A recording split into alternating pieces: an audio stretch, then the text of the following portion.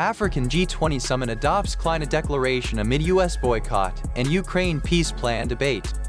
The historic gathering in Johannesburg marked the first time the G20 convened on African soil, drawing EU leaders and representatives from both established and emerging economies, while a U.S. proposed peace blueprint for Ukraine lingered over the sidelines. Despite a boycott declared by President Donald Trump, the summit pressed on, and participants adopted a declaration that confronts the climate emergency alongside other pressing global concerns. EU officials used a side meeting to stress that any measures involving the European Union or NATO would need the explicit consent of their respective members, a reminder that the US peace plan for Ukraine was a dominant undercurrent throughout the opening sessions.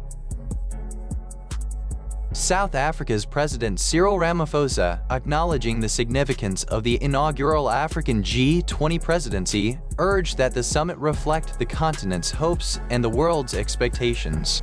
A spokesperson clarified that the climate declaration could not be renegotiated, pointing to clauses that Washington had objected to, and noted the intense effort invested over the past year. Key EU figures, including Commission President Ursula von der Leyen and Council President Antonio Costa, highlighted the necessity of inclusive, sustainable growth and called for coordinated action through the IMF, WTO, and World Bank to address systemic global imbalances. While the U.S. absence was palpable, the proposed American peace plan for Ukraine remained a focal point. British Prime Minister Keir Starmer, French President Emmanuel Macron, and German Chancellor Friedrich Merz convened on the sidelines to explore alternatives to the 28-point U.S. proposal, which envisions territorial concessions, limits NATO accession, and offers limited security guarantees. The EU responded with a statement welcoming U.S. initiatives but emphasizing that the draft required further work to become a durable peace framework, reaffirming that borders should not be altered by force.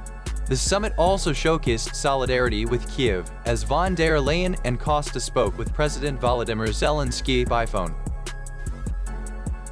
Overall, the Johannesburg summit underscored Africa's rising diplomatic weight, the urgency of climate action, and the complex geopolitical tug-of-war surrounding the Ukraine conflict, all set against a backdrop of divergent visions from Washington, Brussels, and the broader international community.